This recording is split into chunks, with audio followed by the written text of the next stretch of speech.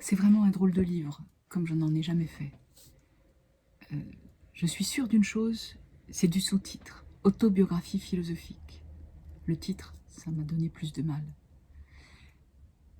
Autobiographie philosophique, ça dit exactement ce que je cherche, c'est-à-dire le rapport entre la vie et les idées, le concept. Pourquoi est-ce que, qu'est-ce qui dans ma vie fait que je pense comme je pense, que j'écris de la philo, cette philo-là. Et qu'est-ce qui donc, comment on passe de l'anecdote à l'idée? Comment est-ce que des brins de vie vous obligent, m'ont obligé à penser de telle ou telle manière?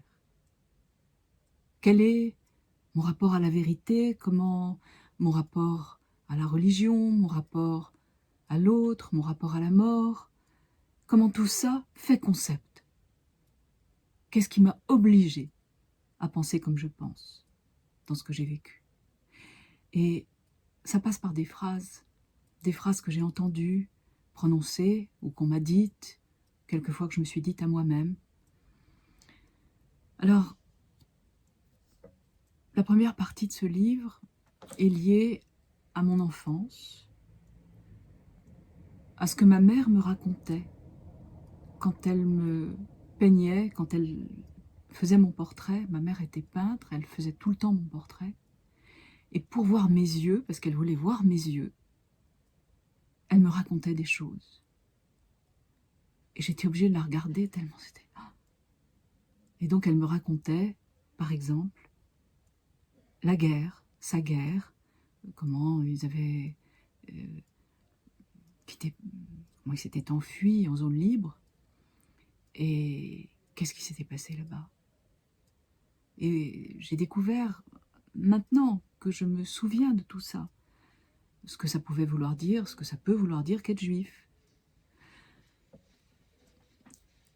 Il y a des phrases entre mon père et ma mère qui m'ont marqué pour toujours et qui déterminent la manière dont je pense, c'est-à-dire dont je ne crois pas, par exemple, en la vérité avec un grand V majuscule, dont je ne crois pas à l'un.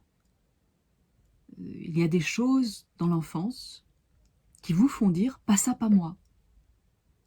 Et je comprends comment j'en suis venue à m'intéresser à, ou à pouvoir être dite relativiste. Plus d'un, plus d'une langue, plus d'une vérité. Mais tout ça ancré dans des anecdotes follement signifiantes. Comme quand mon fils Samuel, tout petit, il marchait pas encore, il était accroché comme ça à un radiateur, et je passe à côté de lui et je lui dis « Toi, t'as fait dans ta culotte, tu pues ». Il dit « Non, maman ». Puis il se regarde dans la glace qui était juste là, et il dit « Menteur ». Ben voilà, c'est quoi, menteur? C'est quoi encore un mensonge comme ça? Comment on croit encore à la vérité quand on est passé par là? Donc la première partie, c'est l'enfance, plutôt, donc aussi le rapport à la famille, à la religion, à la vérité partout, à l'argent. Qu'est-ce qui se dessine là? La deuxième partie, c'est quand j'étais plus grande, jeune fille, 68, après 68, la manière dont on a fabriqué une université alternative, c'est donc qu'est-ce que c'est qu'enseigner, qu'est-ce qu'on enseigne, et le rapport entre poésie et philosophie, c'est-à-dire le moment où pour moi les questions se sont posées ainsi au séminaire du Thor entre Char et Heidegger. Et qu'est-ce qui là, de manière définitive, m'a obligée à ne pas croire à la tradition philosophique telle qu'elle se dessine dans l'histoire de la philosophie, mais pas non plus à l'origine,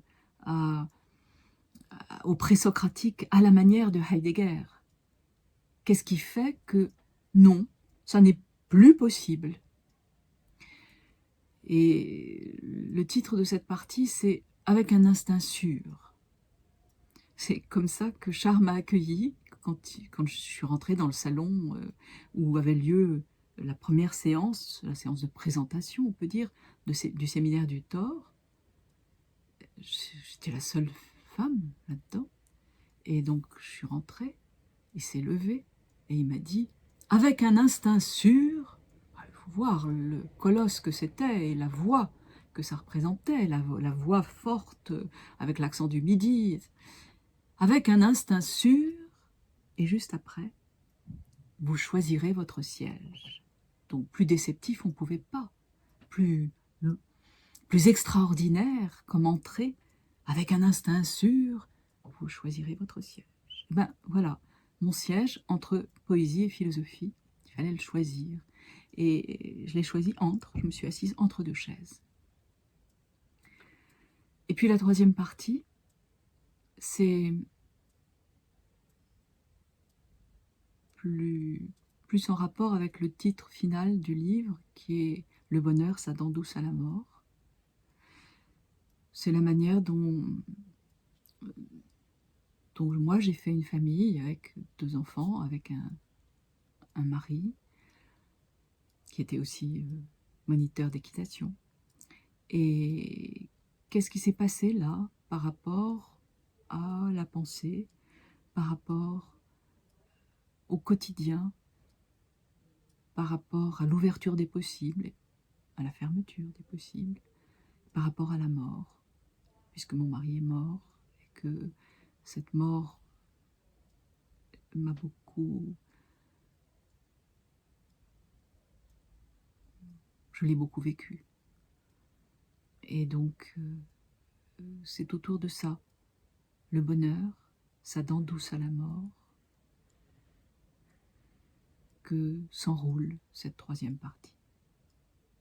Donc un drôle de livre, qui est vraiment une autobiographie philosophique, donc la mise en rapport de plusieurs plans du réel, du plus quotidien au plus conceptuel, via des phrases. Un drôle de livre.